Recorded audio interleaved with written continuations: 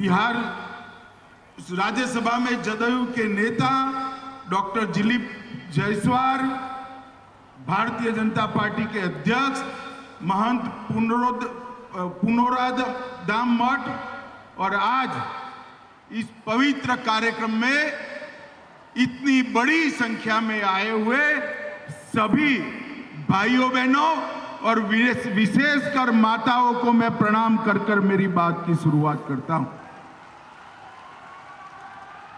आज न केवल सीतामढ़ी, न केवल मिथिलांचल, न केवल बिहार, पूरे देश और दुनिया के लिए बड़ा शुभ प्रसंग है कि आज मां जानकी के जन्म जहां हुआ वहां पुनरोधाम मंदिर का परिसर का समग्र विकास का नींव डालने का काम हुआ है। भाइयों बहनों, आज मैं इसी मंच पर से देश भर में माता जानकी और प्रभु श्री राम की अनन्य भक्ति में लीन करोड़ों भक्तों को भी हृदय से बहुत बहुत शुभकामनाएं देना चाहता हूं, क्योंकि आज यहां पर नीतीश बाबू ने माता सीता की जन्मस्थली पर पुनरोधाम मंदिर और उसके पूरे परिसर का सैकड़ों करोड़ रुपए से विकास करने का जो काम किया है, इससे न केवल मिथिलांचल, बिहार और पूरे देश के भक्तजनों के लिए आनंद की बात है। भाइयों बहनों, आज हम यहां पर जब आए हैं तब इसी पुनरोधाम में जानकी जन्मभूमि मंदिर, मां सीता उर्विजा कुंड, हलेश्वर स्थान, बगही मठ, बाबा नागेश्वर नाथ मंदिर, उच्चैठ भगवती और उग्रतारा भगवती के सभी देवस्थानों को प्रणाम कर कर मेरी बात की शुरुआत करता हूं। आज मैं यहां आया हूं तब एक बात बताना चाहता हूं। ये जो हमारा मिथिलांचल है और यहाँ की संस्कृति, ये केवल मिथिलांचल की संस्कृति नहीं है, पूरे भारतवर्ष की भारतीय संस्कृति का एक अनन्य गहना हमारी मिथिलांचल की संस्कृति है। और इसी भूमि पर आज मैं बड़ा भाग्यशाली हूं कि मैं इस पवित्र काम में उपस्थित रह पाया। मिथिलांचल के उत्तर में पर्वतराज हिमालय है, दक्षिण में पाप विमोचनी मां गंगा, पूर्व में महानंदा और पश्चिम में गंडकी, ये सभी के बीच में माता जानकी ने जन्म लिया। और आज का दिन एक प्रकार से बहुत शुभंकर दिन है। यहां सालों पहले रामायण काल में अनेक वर्ष के अकाल के परिमार्जन के लिए राजा जनक ने भूमि में सोने का हल चलाया और वहीं से मां जानकी प्रकट हुई। बारिश के लिए हल चलाया था, आज मां जानकी के जन्म के परिसर की भूमि पूजन में मां जानकी ने बारिश भेजकर आशीर्वाद देने का काम किया। और ये बारिश, ये मां जानकी का आशीर्वाद न केवल बिहार, पूरे भारतवर्ष के लिए शुभांकर बनने वाला है। भाइयों बहनों, पुनरोधाम में शक्ति स्वरूपा जगत जननी मां जानकी का यह भव्य मंदिर 68 एकड़ से ज्यादा क्षेत्र में बनेगा। लगभग 890 करोड़ रुपया, मैं फिर से रिपीट करना चाहता हूं, 890 करोड़ रुपया की लागत से यहां मां जानकी का भव्य स्मारक और मंदिर बनाने का काम, जिसमें से 137 करोड़ रुपया माता सीता के मौजूदा मंदिर के जीर्णोद्धार पर और 728 करोड़ रुपया परिक्रमा पथ और बाकी सारी रचनाओं पर। यहां पर परिक्रमा पथ, ध्यान केंद्र वाटिका, धार्मिक जल स्रोतों का पुनः निर्माण, धर्मशालाएं, भोजनालय, चिकित्सा सुविधा और डिजिटल गैलरी में मां सीता का जीवन चरित्र और रामायण की कथाएं बताने का यहां पर एक बड़ा प्रयास किया जाएगा। और ये 3D अनुभव से हमारे युवा प्रभु श्री राम के साथ साथ माता जानकी के भी जीवन के सभी प्रसंगों को बहुत अच्छे से देख पाएंगे। इस परियोजना में रामायण सर्किट के वाल्मीकि नगर, उसका भी 52 करोड़ से विकास होगा।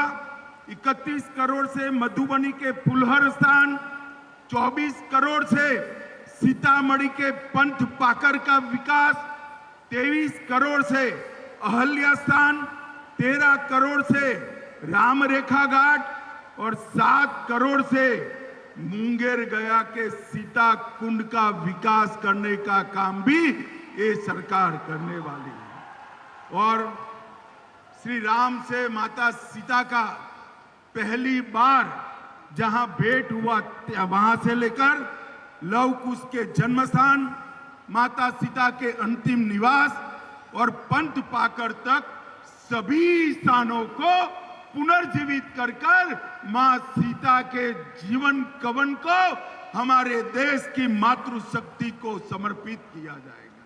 मित्रों, भारत की संस्कृति में मां सीता का स्थान अनन्य है। इन्होंने अपने एक ही जीवन में आदर्श पत्नी क्या हो सकती है, आदर्श बेटी क्या हो सकती है, आदर्श मां क्या हो सकती है और आदर्श राजमाता क्या हो सकती है, ये सभी स्वरूपों को उन्होंने चरितार्थ किया था। और ये महान विभूति माता सीता का इतना बड़ा महिमा मंडन मां सीता की जन्मभूमि पर होने वाला है। और आज सीतामढ़ी दिल्ली अमृत भारत ट्रेन, उसका भी अभी ही शुरुआत किया गया है। इससे रक्सौल, नरकटियागंज, बगहा और सीतामढ़ी, ये चारों स्थानों को फायदा होने वाला है। मोदी जी ने बिहार के विकास में पहले जब लालू जी रेल मंत्री थे तब बिहार के रेल के विकास के लिए हर साल 1132 करोड़ रुपया खर्चते थे। हर साल 1132। कितना भैया, जरा जोर से बोलो, हर साल कितना खर्चते थे? 1132 करोड़ रुपया।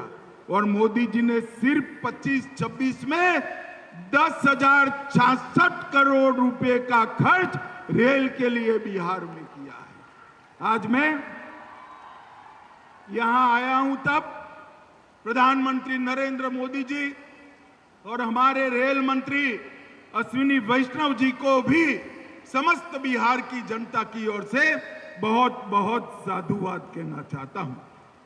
ये मिथिला शतपथ ब्राह्मण ग्रंथों से लेकर वाल्मीकि रामायण, महाभारत से लेकर बौद्ध और जैन साहित्य में एक हमारी संस्कृति का केंद्र रहा है। धर्मशास्त्र, ज्योतिष, साहित्य, संगीत, व्याकरण, भाषा और तंत्र ज्ञान का ये बहुत बड़ा विद्या का धाम रहा है। आज मां जानकी की जन्मभूमि पर ये जो भव्य मंदिर बनने जा रहा है, मैं मिथिलांचल वालों को कह रहा हूं, ये सिर्फ एक मंदिर नहीं है, ये मिथिलांचल और बिहार का भाग्योदय का शुरुआत है, भाग्योदय का शुरुआत। और मिथिलांचल की गरिमा, ये विद्या का स्थान, जहां राजा जनक हुए, याज्ञवल्क्य और मैत्रेयी हुए, शास्त्रार्थ की परंपरा को यहां चरम सीमा पर आदि शंकर और मंडन मिश्र ने पहुंचाया, और जहां मुनि अष्टावक्र ने अष्टावक्र गीता का ज्ञान दिया, उसको फिर से विद्या का धाम, संस्कृति का केंद्र बनाने की शुरुआत आज यहां से होगी। भाइयों और बहनों, आज मैं यहां आया हूं तब आप सभी को कहना चाहता हूं, मोदी जी के नेतृत्व में एनडीए की सरकार में मिथिला का अनेक रूप से सम्मान किया गया। बिहार कोकिला स्वर्गस्थ शारदा सिन्हा जी को 18 में पद्म भूषण मिला और 25 में मरण उपरांत पद्म विभूषण से सम्मानित कर मिथिला की कला का सम्मान किया।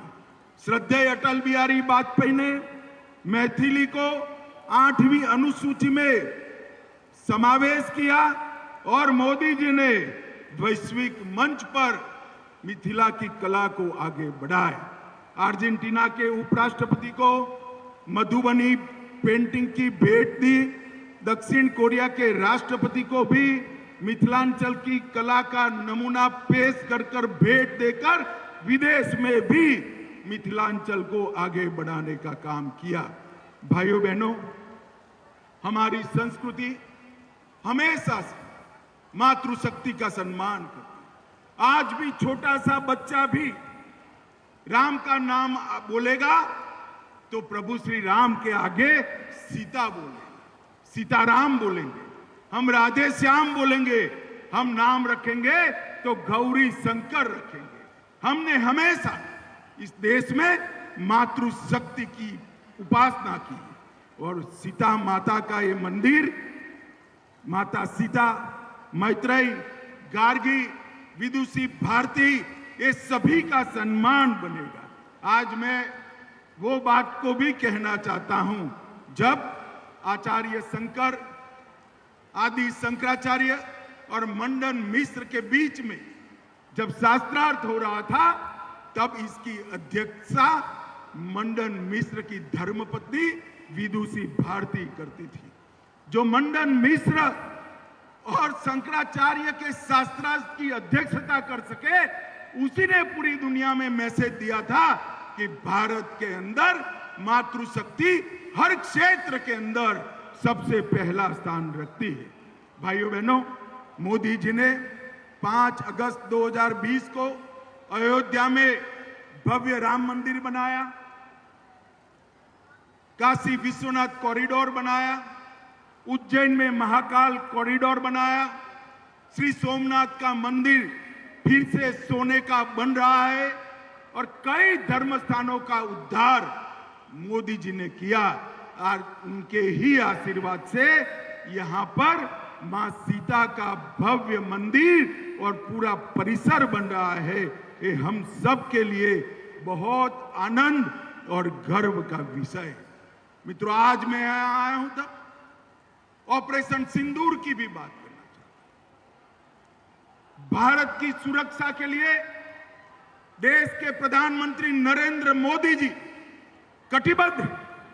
एक जमाने में कांग्रेस का शासन था, देश भर में बम धमाके होते थे, बम धमाके कर पाकिस्तान भाग जाते थे आतंकवादी, कोई पूछ लेने वाला नहीं था। मोदी जी की सरकार आई, उरी में हमला किया, हमने सर्जिकल स्ट्राइक किया, पुलवामा में हमला किया, हमने एयर स्ट्राइक करा और पहलगाम में हमला किया, ऑपरेशन सिंदूर चलाकर पाकिस्तान के घर में घुसकर आतंकवादियों का सफाया।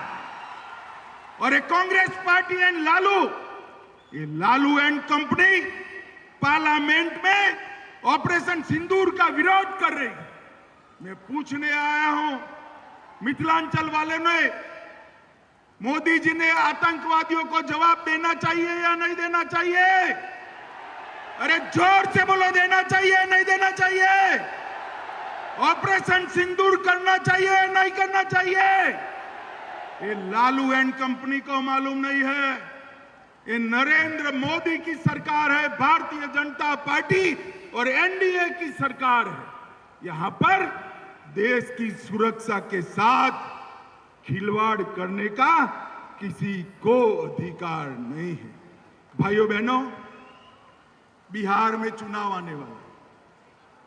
मैं यहां आया, उसके पहले पूरे अखबार भरे पड़े हैं कि एसआईआर होना चाहिए या नहीं होना।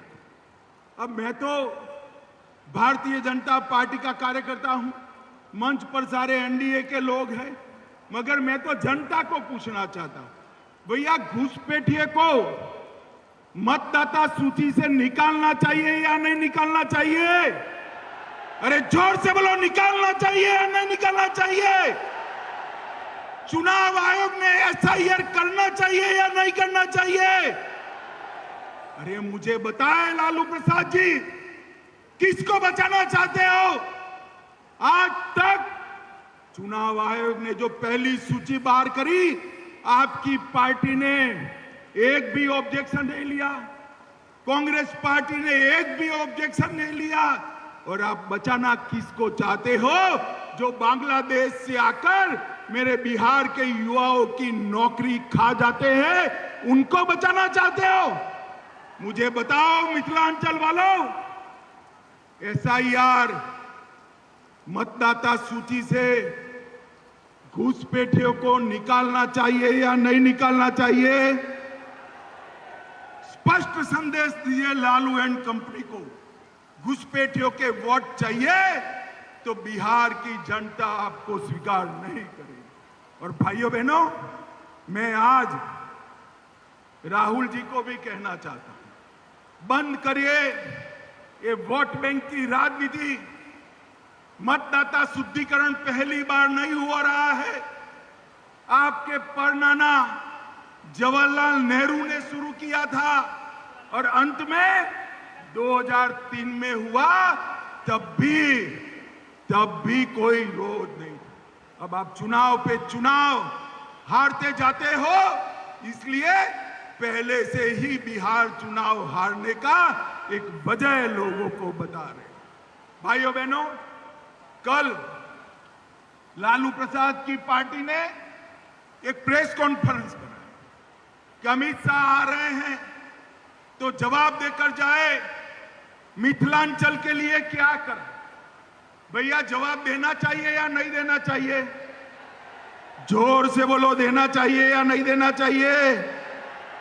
और जोर से बोलो, देना चाहिए या नहीं देना चाहिए? अरे भाई, मैं तो बनिए का बेटा हूं, आना पाई का हिसाब लेकर आया। ध्यान से सुनना सीतामढ़ी वालों, मोदी जी ने पिछले 6 दौरों में 83,000 करोड़ रुपया हमारे बिहार के विकास के लिए दिया। और मैं मिथिलांचल की बात करता हूं, सीतामढ़ी का नेशनल हाईवे 527 पूरा कंक्रीट का बन रहा है। सीतामढ़ी वालों, 2 साल के बाद नेशनल हाईवे 527 पर विमान भी उतर पाए, ऐसा रोड मोदी जी बना रहे हैं। भाइयों बहनों, 2400 करोड़